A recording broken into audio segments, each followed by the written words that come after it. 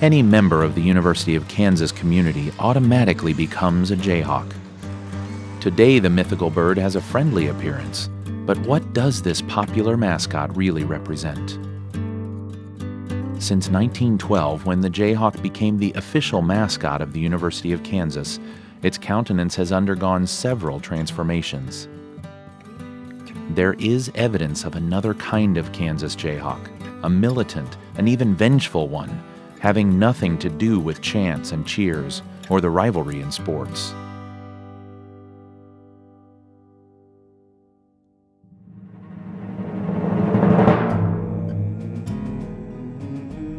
In the 1850s, Jayhawkers were in the midst of a great conflict regarding the future of Kansas.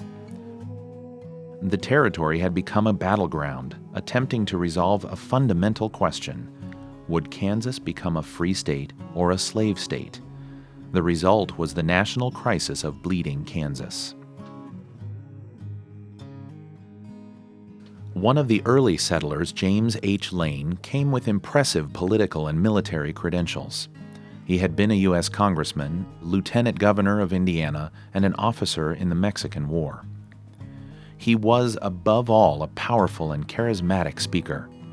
Soon after arriving in Lawrence, he was organizing and leading Free State volunteers to defend settlements against the overwhelming advantage of pro-slavery forces.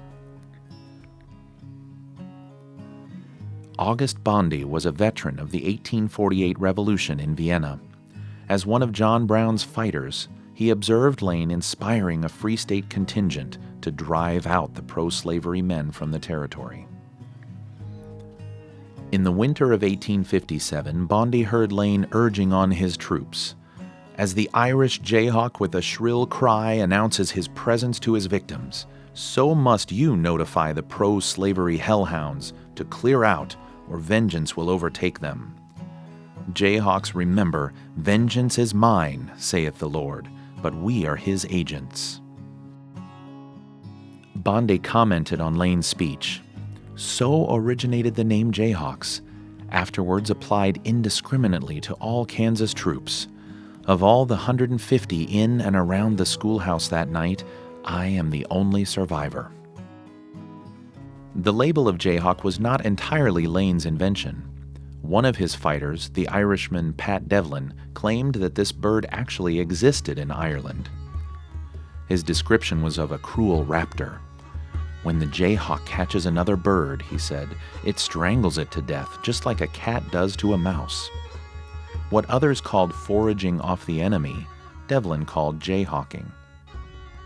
From the very beginning, Jayhawk acquired a double meaning. It stood for Lane's struggle against slavery, but for many it represented stealing from the pro-slavery enemy. In 1859, the conflict, with its constant back and forth of revenge attacks, reached a new phase with the participation of John Brown, the most famous abolitionist. Brown encouraged assaults into Missouri for the purpose of freeing slaves. Such attacks led to the intensification of bloody reprisals.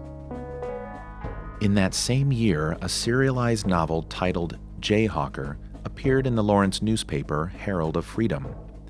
The fictional representation of the Jayhawk made many fighters appear simply as thieves. In the novel, Lane, leader of the Jayhawkers, and Brown, called an old Jayhawk apostle, discussed Brown's vision that the border attacks would provoke a war between the North and South, bring about the insurrection, and finally an end to enslavement. There is no evidence that this meeting actually took place, but for Lane, who would become a Kansas senator, Jayhawking implied not robbing but fighting to defeat slavery. At the outbreak of the Civil War, Lane commanded a company to protect newly elected President Lincoln. Named the Frontier Guard, they took residence in the East Room of the White House. John Hay, assistant to Lincoln, noted in his diary, April 18, 1861, the White House is turned into barracks. Jim Lane marshaled his Kansas warriors today, the Western Jayhawkers. Hay took note of Lane as a gaunt, tattered, uncombed, and unshorn figure. Lincoln was grateful to Lane and appointed him brigadier general. Lane returned to Kansas and recruited cavalry units for military incursions into Missouri. His most controversial action was a brutal raid on Osceola. Under Lane's orders, his troops plundered and set fire to the entire town. Lane's attack led to the freeing of more than 100 slaves. Lane was responsible for the formation of the 1st Black Regiment of the Civil War. His radical initiative was a major step towards Lincoln's Emancipation Proclamation and the freeing of slaves.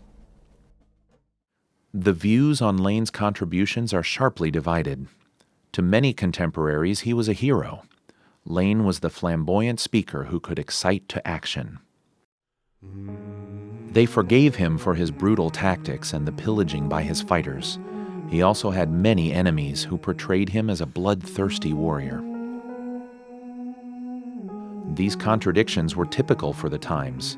The vicious circle of violence in which Lane and the early Jayhawks participated ended only with the conclusion of the Civil War.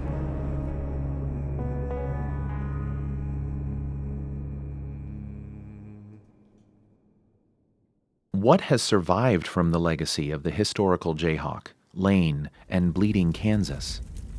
The notorious Quantrill Raiders destroyed most of Lawrence, especially buildings associated with their hated enemy, Lane.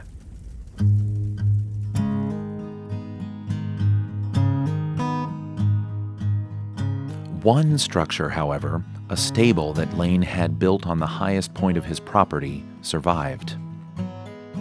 It is the Max Cotta Annex, the oldest building on the university campus. The modern mythical Jayhawk evolved gradually, shedding its violent past, but when Kansas and Missouri clash, there are reminders of the historic Jayhawk and a bleeding Kansas.